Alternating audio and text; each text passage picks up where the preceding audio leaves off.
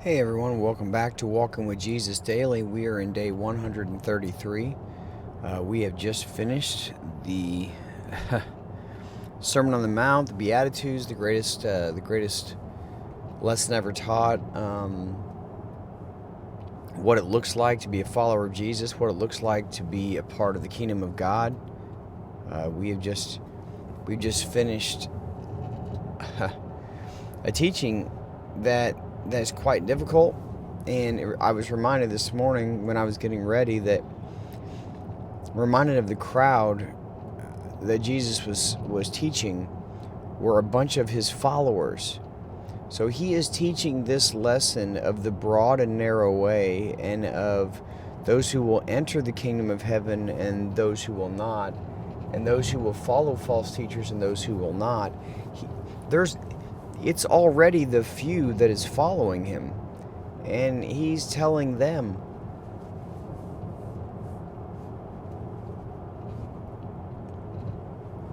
he's telling them that it's only a few that will find him.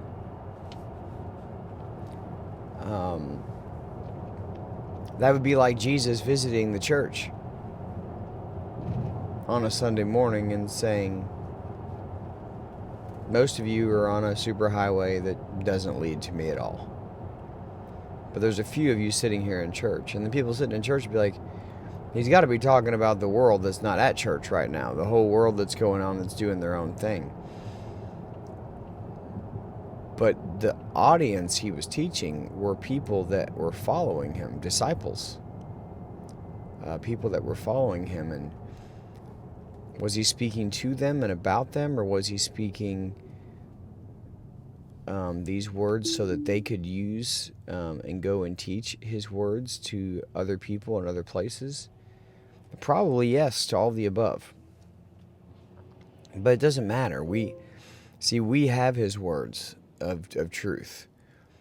So, we have to hear them as words of truth, and again, something that we humble ourselves on, that we become poor in spirit, so that we seek him with our whole heart, not out of fear, out of a reverent fear, to say that he's the God who has all authority, but also out of this incredible love. Like, he loves you so much, he is inviting you into his kingdom. But see, it's his kingdom, so they're his rules. There are all kinds of things that we do to get into things that we have to follow exactly, or we don't get in. And it's pretty simple.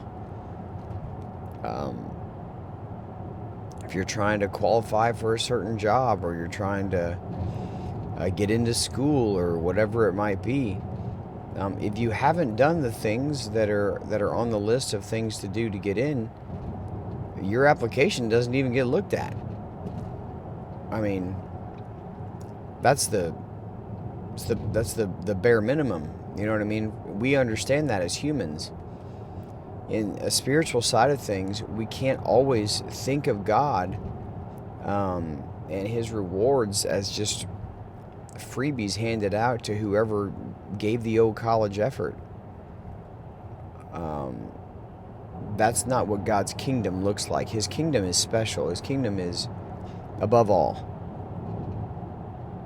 And if you're truly seeking his kingdom, you really don't want it to be filled with the same people that are in this world pretending or acting like they are something that they are not, right? Like, we want to be surrounded by like-minded people that love like Jesus and live like Jesus.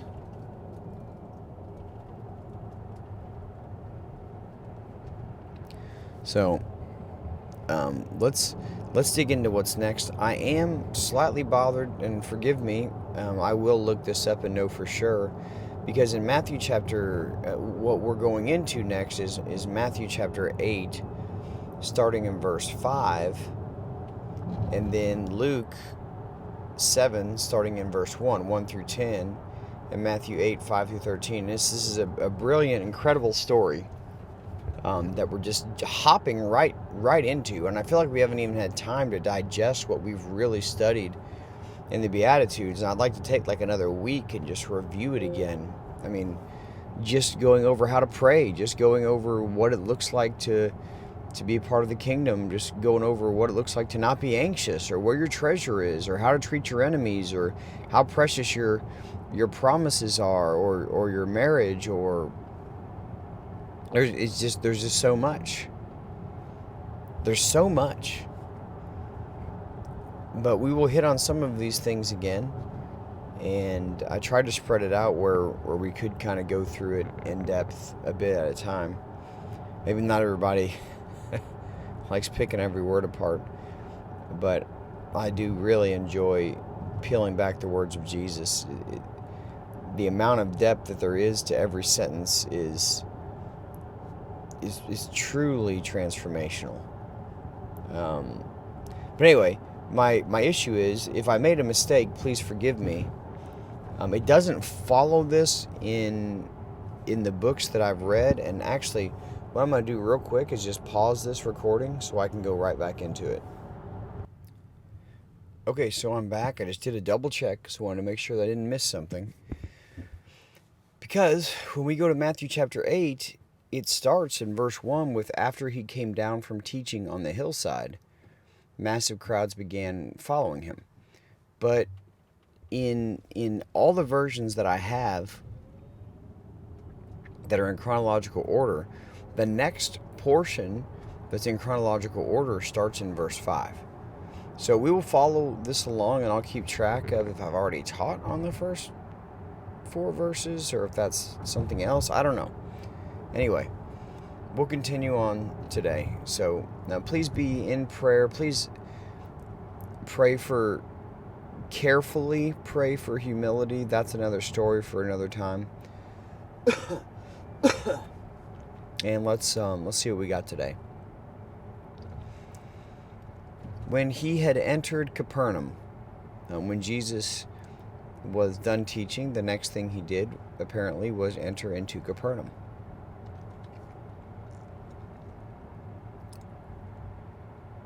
A centurion came forward to him, appealing to him, "Lord, my servant is lying paralyzed at home, suffering terribly." And he said to him, "I will come and heal him." This is a different interaction, right? He enters into Capernaum, and a centurion comes to him. And a centurion, having leadership over 50 or 100 people, right?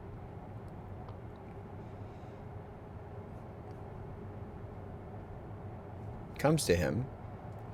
Like, we're talking about a soldier, a Roman soldier. And says, "Lord." Says "Lord" to Jesus, a poor Jewish man in the eyes of many. "Lord, my servant is lying paralyzed at home, suffering terribly." In this section, we don't read that he says, "Will you please come and heal him?" But Jesus answers, "I will come and heal him."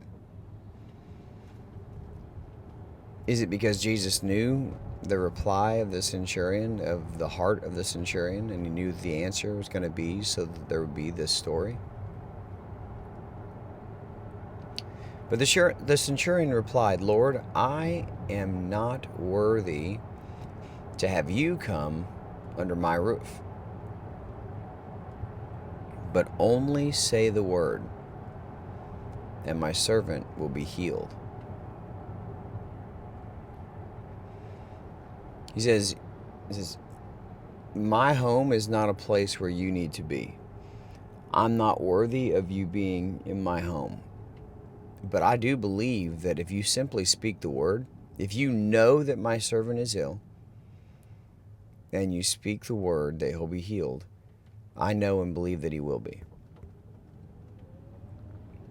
He says, "For I too am a man under authority, with soldiers under me. And I say to one, go, and he goes, and to another, come, and he comes, and to my servant, do this, and he does it." When Jesus heard this, he marveled and said to those who followed him, the words of Jesus, "Truly I tell you, with no one in Israel have I found such faith."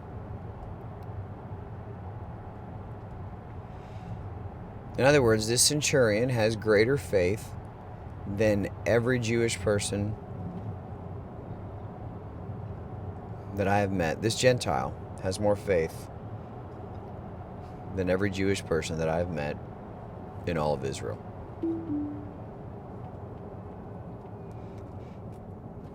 "I tell you, many will come from east and west and recline at table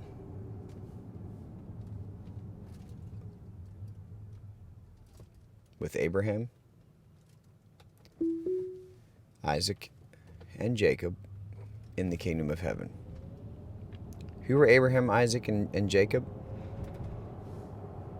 The seed of all Israel was going to come from Abraham. His son that he had at 100 years old, Isaac, who had a little boy named Jacob, who God later renamed Israel. He says, many will come from east and west, meaning outside of Israel, in the Gentile world, many will come and they will dine with Abraham, Isaac, and Jacob in the kingdom of heaven.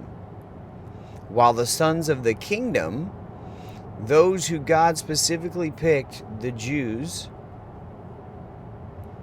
will be thrown into the outer darkness. Why? Because of faith. He just talked about it. Because of the faith that this man just showed.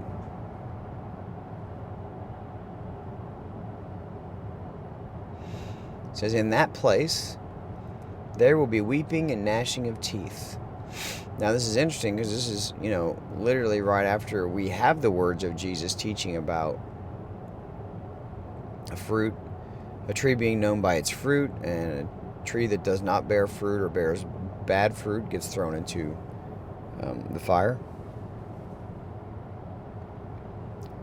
And it says, and to the centurion, Jesus said, "Go, let it be done for you as you have believed." And the servant was healed at that very moment. Now, when we jump over to Luke 7, 1 through 10, this is how it reads.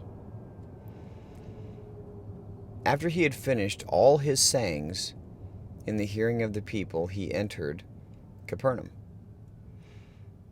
Now, remember our different teachers here, Matthew being a Jewish disciple and Luke being a Gentile physician historian. Now, a centurion had a servant who was sick and at the point of death, who was highly valued by him. A centurion had a servant. What does it say about this centurion?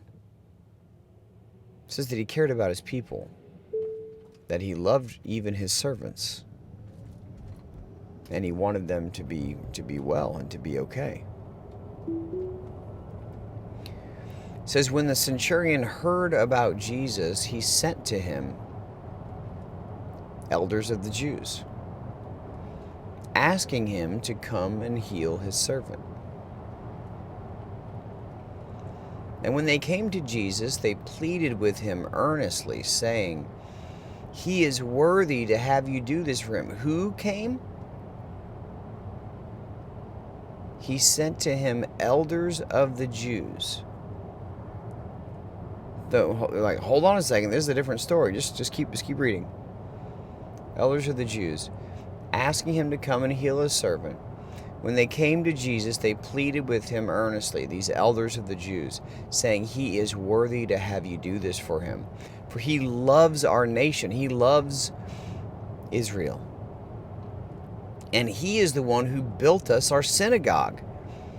he loves God and God's children in a way that is amazing, where he built them a synagogue. And Jesus went with them. When he was not far from the house, the centurion sent friends, saying to him, Lord, do not trouble yourself, for I am not worthy to have you come under my roof. Therefore I did not presume to come to you. That's how unworthy I am. But say the word,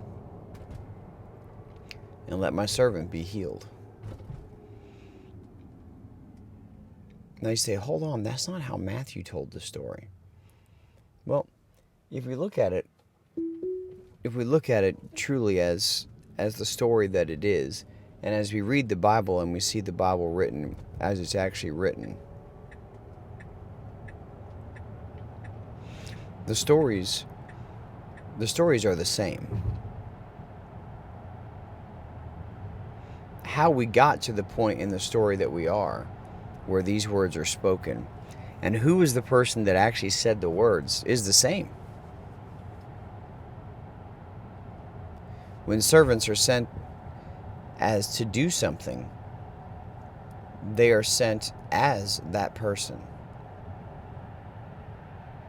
When we speak the words of Jesus, are we speaking our own words, or are we speaking the words of Jesus? We're speaking the words of Jesus.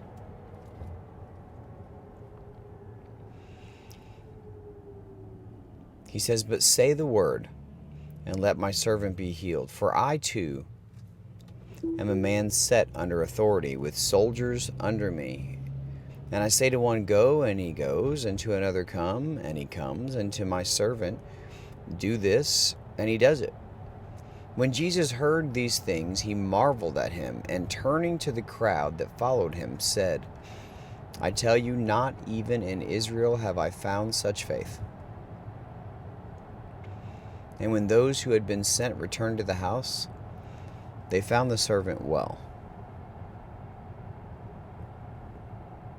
There's the 100 lessons in this, but we'll read through it one more time in the blended version, in the mashup, and it will be yours to sit and ponder on. It'll be yours to talk to God about.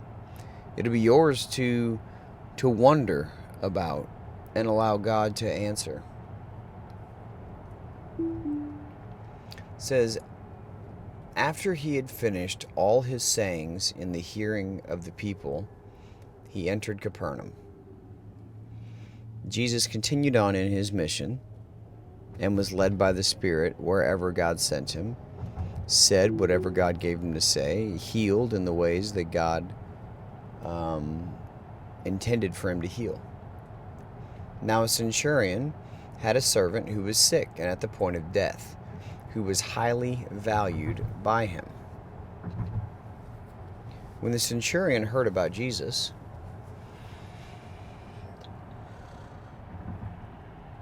and word was out, but when he heard about Jesus, he sent to him the elders of the Jews, asking him to come and heal his servant, appealing to him, Lord, my servant is lying paralyzed at home, suffering terribly. And when they had come to Jesus, they pleaded with him earnestly, saying, he is worthy to have you do this for him, for he loves our nation, and he is the one who built us our synagogue. And Jesus said to them, I will come and heal him. And Jesus went with them. When he was not far from the house, the centurion sent friends, saying to him, Lord, do not trouble yourself, for I am not worthy to have you come under my roof. Therefore I did not presume to come to you, but only say the word, and let my servant be healed. For I too am a man set under authority, with soldiers under me. And I say to one, go, and he goes, and to another, come, and he comes, and to my servant, do this, and he does it. When Jesus heard these things, he marveled at him, and turning to the crowd that followed him, said, truly I tell you, With no one in Israel have I found such faith. I tell you, many will come from east and west and recline at table with Abraham, Isaac, and Jacob in the kingdom of heaven, while the sons of the kingdom will be thrown into the outer darkness. In that place there will be weeping and gnashing of teeth. And to the centurion Jesus said, Go, let it be done for you as you have believed. And the servant was healed at that very moment. And when those who had been sent returned to the house, they found the servant well. How awesome is it to read the event like that?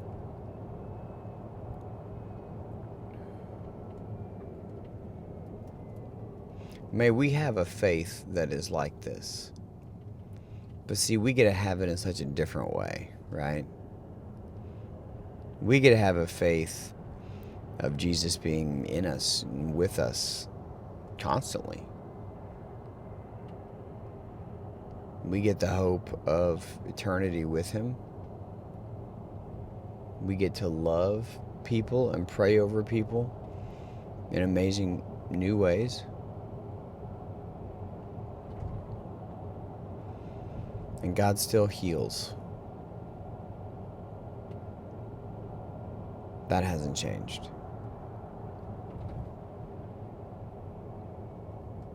But how strong is our faith? How strong is our belief? And how humble are we as a believer?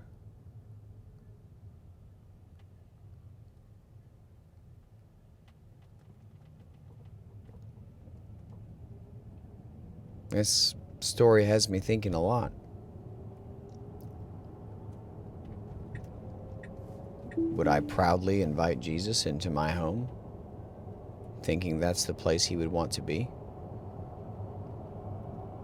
Or would I humbly realize that my home is not fit for a king?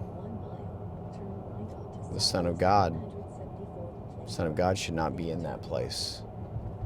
Are there things in my home that should be changed?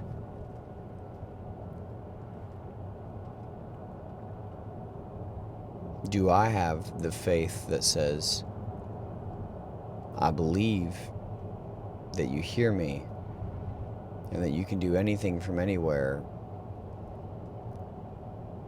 and I believe that you love us and that you can heal from any place just with faithful prayer? I say just on purpose because it's not just, it's everything. All right, well, I got about 2 more hours packed into this one, so I figure I'll go ahead and stop while I'm ahead and give you guys a break because I've had a couple long ones lately. But thank you for bearing with me and for being along on this journey as Jesus enters into another place, and we get one small interaction where there's probably a lot more words being taught or said that we don't have, and yet that affects what we believe and who we believe in zero. I love you guys. You have a great day.